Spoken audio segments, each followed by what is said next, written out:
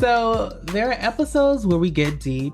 We do have those. There's episodes where we talk about the community, identity, and what it means to show up for one another, which if you listen to this past episode with Ben Green, we talked about community and what it means to show up for one another in community care. But this episode is not one of those episodes. This week, we gonna dive into the Reddit streets. And yes, again, honey. So I know a couple of weeks back that I tried to do some Reddit stories and reading some spicy stories. And I did it while being on live on TikTok. However, I had to log off of TikTok, and then what you heard was something happened with my audio and recording. So you got clips of the second story that I told. But this time we are going to circle the block again, and we are going to reread the story that got cut. And then we have a couple parts of another story. And I just feel like, if you love a good smut book, if you love a good smutty story and, spicy story, this is perfect. So, pull up a chair, grab your cocktail, because we about to get into our first story, which is the story of the dorm room secrets. And this story is by mean-background-4165. I don't know if this is a real name on Reddit, but this is what it says on the Reddit. So look it up as we get into the story.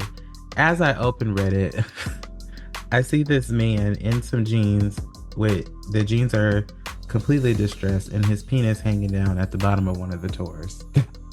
I'm just like, Jesus. Nothing says happy pride than a dick prep. Love it. Yes. Okay, so let's get into this first one. As I mentioned, it's called Dorm Room Secrets. All right. Let me make sure I'm ready to enunciate. Ready, and then if you want to switch off, let me know. We can switch off. Okay. It wasn't just wrong, it was perverted. It wasn't supposed to be the type of guy who did stuff like... I wasn't supposed to be the type of guy who did stuff like this. I was handsome, popular, had a reputation to uphold, but I simply couldn't help myself. Much like most sexual awakenings, it all began when I started college. Maybe it was the fact that for the first time in my life, I found myself sharing a cramped dorm room with a dude. But it wasn't just any dude. It was Chris. Chris was incredible. I could never tell him that, of course. We were supposed to be just two straight friends who shared a love of football and women. But beneath the commanderia... Do you know what the word commanderia means? It's above my pay grade. I felt things for Chris that I never felt for anybody else before. It was terrifying. In the 18 years prior, I had never once questioned my sexuality. I was full-blooded, straight, meat-eating, football-loving ass guy. I mean, okay. I had countless girlfriends. It was a bro, Dana. It was a bro. I mean, but when you talk about your... Yeah, and see, that's where you start to lose it. Full-blooded, straight meat-eating. Meat-eating what? You talking about eating dick? Steak. Beef patties with rice? Arby's.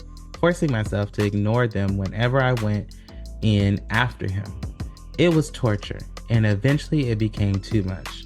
My whole body shook the first time I quietly locked the door while he laid down on his bed with a towel around his waist. I was so sure that he'd somehow hear me that I hardly dared to breathe as I turned on the shower and stared at the sweaty, used pairs of boxer briefs in the corner. I was instantly hard. Erect. Of course, I was horrendously disappointed in myself. Only minutes prior, Chris and I have been discussing in exquisite detail our fantasies about the cheerleading squad. Now I was holding his underwear in one hand and stroking 7 inches of hard cock in with the other. Yes, cock. Yes, cock. Cock. I felt dirty when I lifted them to my face. On the outside, I was the exact opposite of the kind of guy who would sniff other guys' underwear. That's not even a true statement, because I'm pretty sure there's guys who look like he's supposed to look that does this all the time. This is their life. Yeah. Yet I stood there with shorts around my ankles, inhaling the most wonderful stench that I'd ever smelled. It was intoxicating. I became...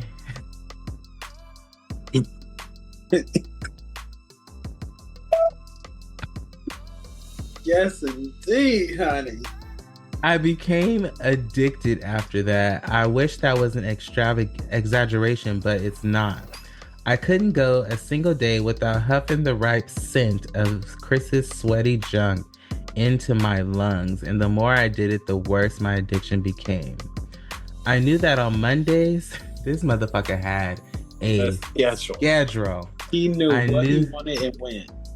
I knew that Mondays, Wednesdays, and Fridays, Chris spent the afternoon working out. I also knew that his boxer's brief would be extra ripe on those days, and I feel damp sweat patches on my face when I held them there and vacuumed up his stink. I loved those days the most. I also knew that on game days, I'd be What's with the for. We'll talk about it in a second. Okay. I also knew that on game days, we'll be in for a real treat. He'd leave his bag in the room after the game, and then he'd go out with his buddies from the team, leaving me alone in the dorm. In a total invasion of privacy, I'd search through his sports bag and find what I was looking for, and then I spent an hour or more edging myself as I sniffed them.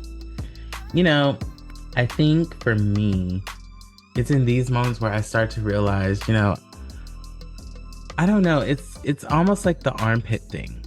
I try to figure out, what am I smelling for? I need you to go ahead and subscribe to this channel. Yes, click that subscribe button up there on this YouTube channel and turn on your notifications so you know when the new stuff is coming out. And if you subscribe, you can catch up on all the episodes you done missed, child, because it's a lot here. And you need to stay here, because we need you.